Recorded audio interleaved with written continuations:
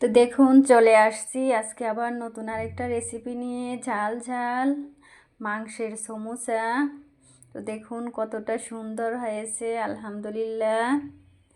দেখতে কতটা লোভনীয় হয়েছে, খেতেও ইনশাল্লাহ অনেক মজা হবে। তো পুরোটা ভিডিও জুড়ে আপনারা থাকবেন, স্কিপ করবেন না।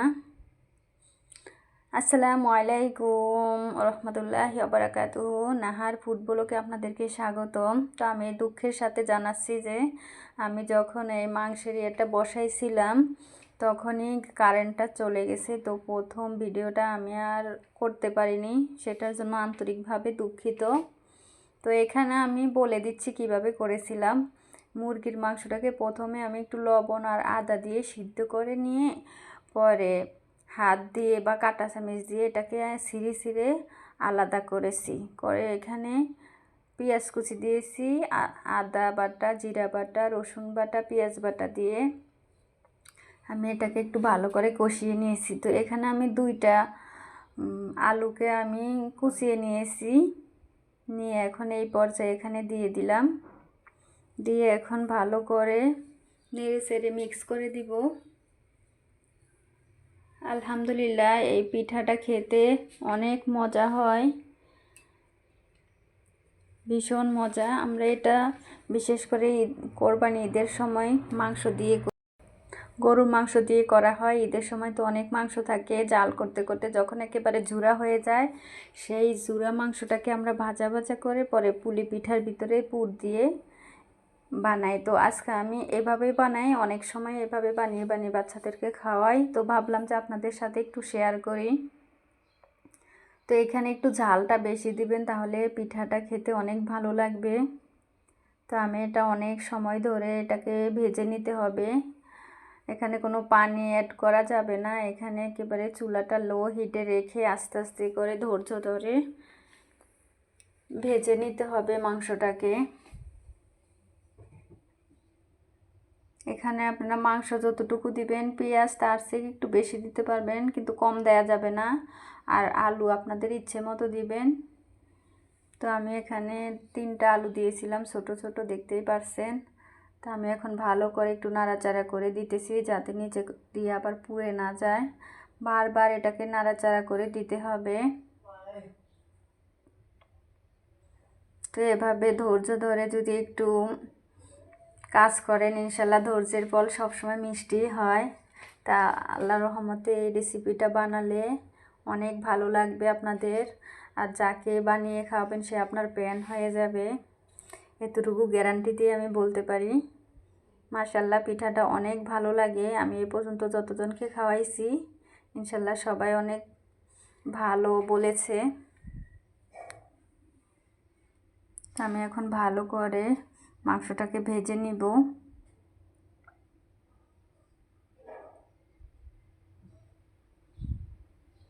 এই পিঠাটা বানাতে অনেক কষ্ট, কিন্তু খেতে মাশাল্লাহ অনেক মজা হয়।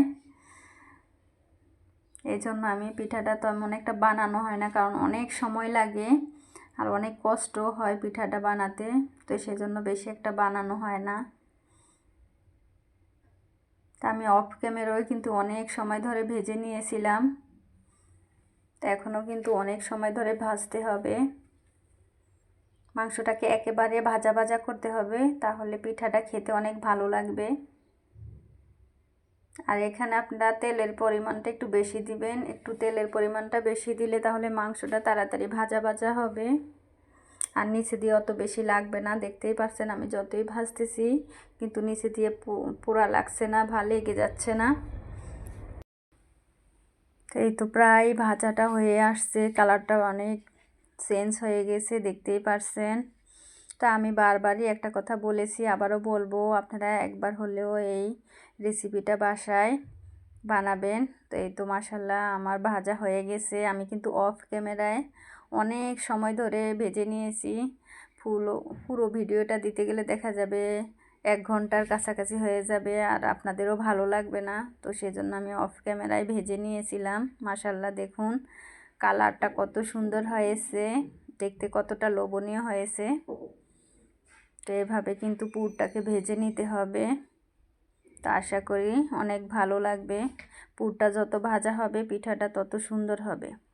তো এখানে আমি আটা নিয়ে নিয়েছি 2-2.5 কাপের মতো, আর দিয়ে দিলাম স্বাদ মতো লবণ, আর অল্প অল্প করে পানি দিব। এখানে একসাথে পানি দেয়া যাবে না, অল্প অল্প করে পানি দিতে হবে আর মেখে নিতে হবে। তো এখানে আমি অল্প অল্প করে পানি দিতেছি। আপনাদের বোঝার সুবিধার্থে আমি কিন্তু ডোটা পুরো কিভাবে বানাচ্ছি পুরোটাই দেখাচ্ছি, তাহলে আপনাদের বানাতে সুবিধা হবে। এখানে আপনারা কোনো কিছু দিবেন না, শুধু লবণ আর পানি দিয়ে ডোটাকে তৈরি করে নেবেন। তারপরের প্রসেসগুলো ইনশাল্লাহ আমি দেখিয়ে দিব। আপনারা একটুকু স্কিপ করবেন না, তাহলে কিন্তু পিঠাটা বানাতে পারবেন না। আর যদি পুরো ভিডিওটা দেখেন ইনশাল্লাহ বাসায় নিজেরা বানিয়ে খেতে পারবেন। আশা করি নিরাশ হবেন না, অনেক ভালো লাগবে। তো অনেক আপুরা ভাইয়ারা আমার ভিডিও দেখে অনেক ভালো ভালো কমেন্ট করেন, তো তাদেরকে অসংখ্য অসংখ্য ধন্যবাদ যে এত সুন্দর কমেন্ট করার জন্য, আমার পাশে থাকার জন্য।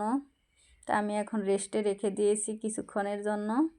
তো ফিরে আসলাম, দেখুন কতটা নরম সফট হয়েছে। তো আমি ছোট ছোট করে লিচি কেটে নিব।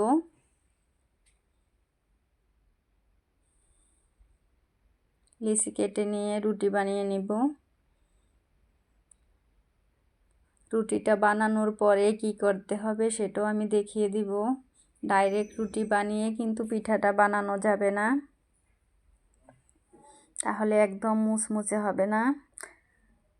আর এভাবে যদি বানান তাহলে একেবারে মুচমুচে হবে, খেতে ভীষণ মজা হবে। আমি একেবারে পাতলা করে রুটিটা বানাতে হবে, যতটুকু সম্ভব পাতলা ততটুকুই করতে হবে। যত পাতলা হবে রুটিটা পিঠাটা তত সুন্দর হবে। তো আমি পাতলা করে রুটিটা বেলে নেব যতটুকু সম্ভব।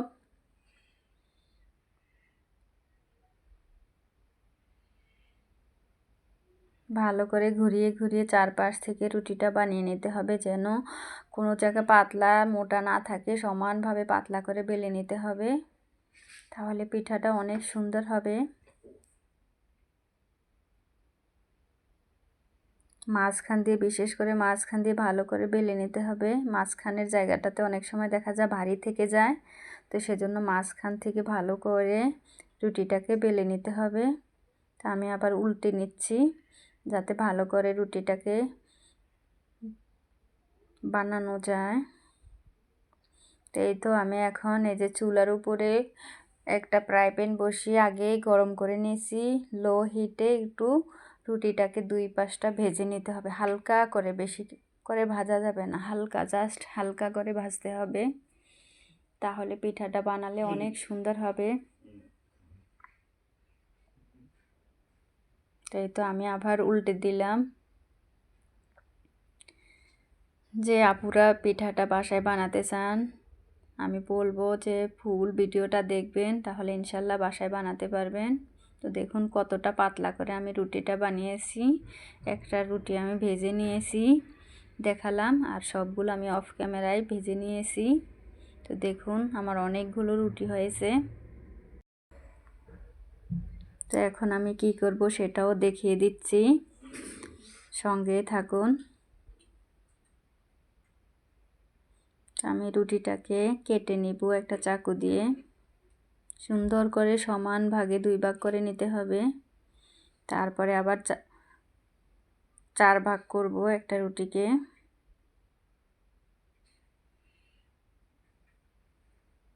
তো সমান ভাগে ভাগ করে নিলাম। এখন এই যে 2 সাইড থেকে সমান করে ভেঙে নিতে হবে।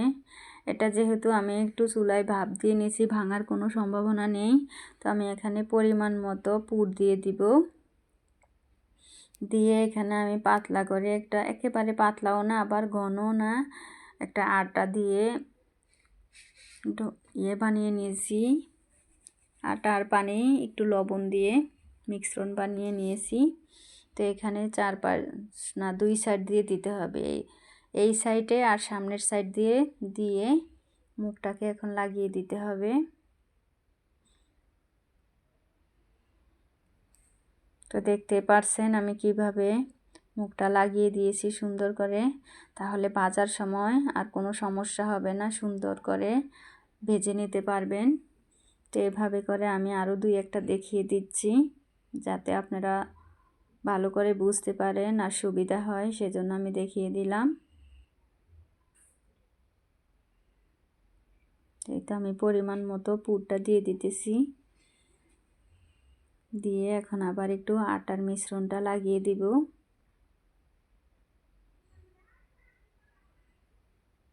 ভালো করে আটার মিশ্রণটা লাগিয়ে মুখটাকে ভালো করে আটকে দিতে হবে। তো সুন্দরভাবে এখন আমি মুখটাকে লাগিয়ে দিব, দুই সাইড থেকে ভালো করে লাগিয়ে দিলাম। এভাবে আপনারা না ভেজেও ফ্রিজে 2-3 মাস সংরক্ষণ করে রাখতে পারেন, একসাথে বেশি করে বানিয়ে 2-3 মাস রাখতে পারবেন। যখন ইচ্ছে হবে 2-1 ঘন্টা আগে নামিয়ে খালি বরফটা ছাড়িয়ে ভেজে নেবেন। তো এই তো মাশাআল্লাহ আমার সবগুলো পিঠা বানানো হয়ে গেছে, দেখতে কতটা সুন্দর হয়েছে। এগুলো একটু আমি আবার বড় করে বানিয়েছি, আর 2টা সমুচও বানিয়েছি। এভাবে আপনারা সমুচও বানাতে পারবেন। তো আমি তেলটাকে হালকা গরম করে একটু ভেজে নিতেছি। আমি আজকে সবগুলো পিঠেই ভাজবো। বাচ্চারা বলতেছে যে ঝাল ঝাল কিছু খাবে, তো সেজন্য বানালাম। তো আশা করি আপনাদের কাছেও ভালো লাগছে ভিডিওটা।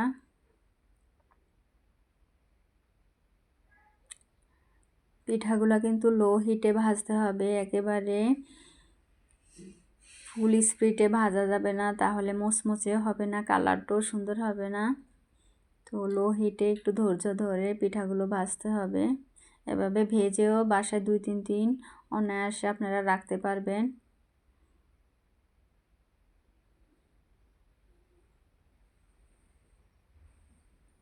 তো আমি একটু ধৈর্য ধরে পিঠাগুলো ভেজে নেব।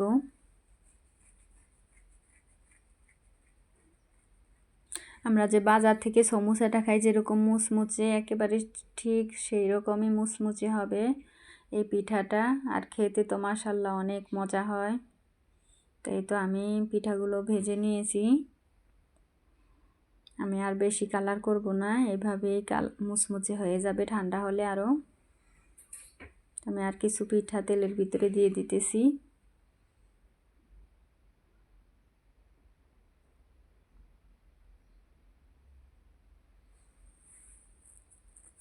আমি তেলটাকে ভালো করে একটু ঝরিয়ে নিতেছি। তেলটা তো এমনি স্বাস্থ্যের জন্য ক্ষতিকর, তো সেজন্য চাইছি যে একটু ভালো করে ঝরিয়ে নিতেছি। তো এখন আবার এই পিঠাগুলো দিয়ে দিলাম। একইভাবে আমি পিঠাগুলো ভেজে নিব।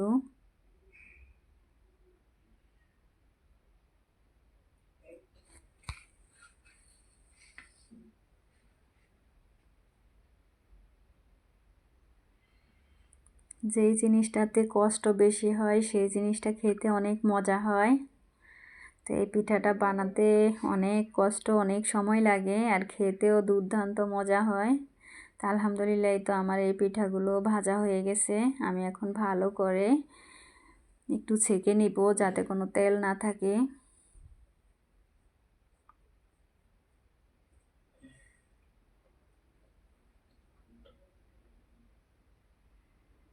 তো এভাবে করে আমি সবগুলো পিঠা বানিয়ে নিয়েছি। এই যে দেখতেই পাচ্ছেন আমি 2টা কিন্তু সমুচা বানিয়েছি। এই যে একেবারে সমুচার শেপ দিয়ে বানিয়েছি, দেখতেই পাচ্ছেন মনে হয় যেন কি সমুচা। তো কিন্তু সমুচার শেপটা দিয়েও আপনারা এই পিঠাগুলো বানাতে পারবেন। তাই তো মাশাআল্লাহ আমার পিঠাগুলো ভাজা হয়ে গেছে।